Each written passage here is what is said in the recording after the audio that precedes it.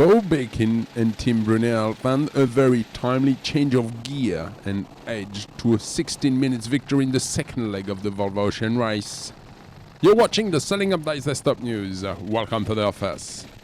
The Dutch skipper, competing in a record 7th race, looked relieved to have won a thrilling battle with the Chinese boat. It's nice to have a win under our belt, and the guys did a fantastic job, and it's good to be first.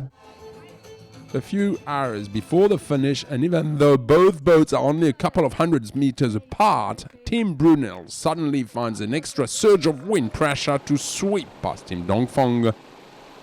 This morning was really surprising because we were quite a bit behind them, and all of a sudden there was 25 knots of breeze, and we just sailed from a mile behind them till 2 miles in the lead. So that was a really good feeling.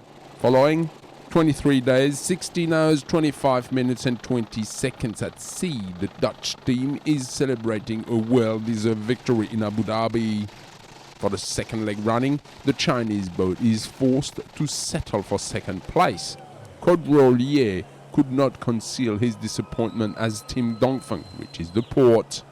For sure, we are disappointed because when you lead the fleet 2 hours, 3 hours before the finish line, it's difficult to lose like that. But it's a very good. I think it's a very good second place on this leg. And with 2 second places, the performance of the Chinese boat has not been unnoticed.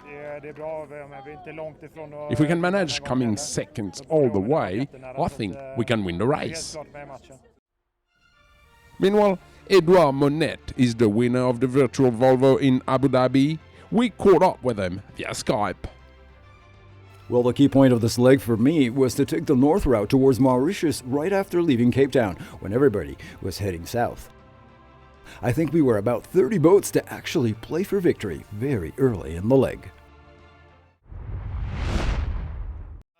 Morgan Larsen, skippering Alinghi, captures Act 8 of the Extreme Sailing Series to complete their world title mission for 2014.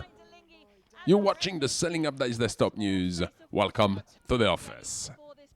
Following hundreds of races sailed across 4 continents, it all came down to the final act held in front of the Sydney Opera.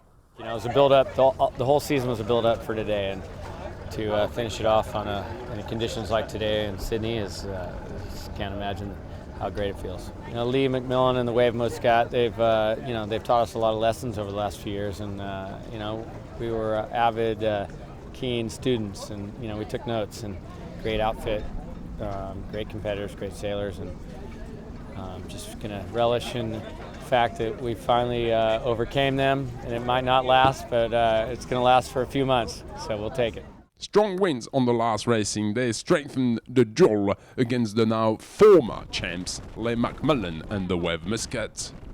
The Omani team never gave up, but in the end just had to settle with a bittersweet second place, both here in this double point final event and in the overall season. Yeah, it's been a great performance by everyone on the boat, and shore crew and everyone. It's been a massive team effort.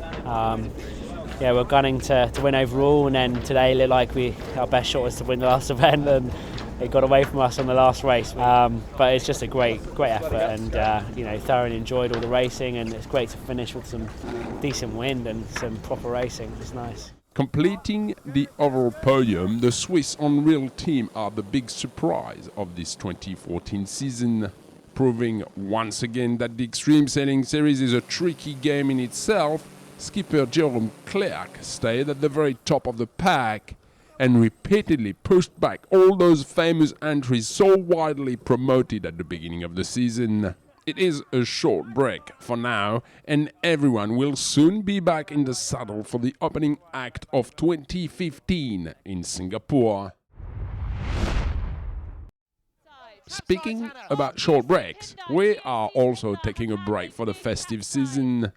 So, it's not rendezvous next week, but rendezvous next year. Same time, same place. Until then, goodbye, fair sailing, and a Merry Christmas to all.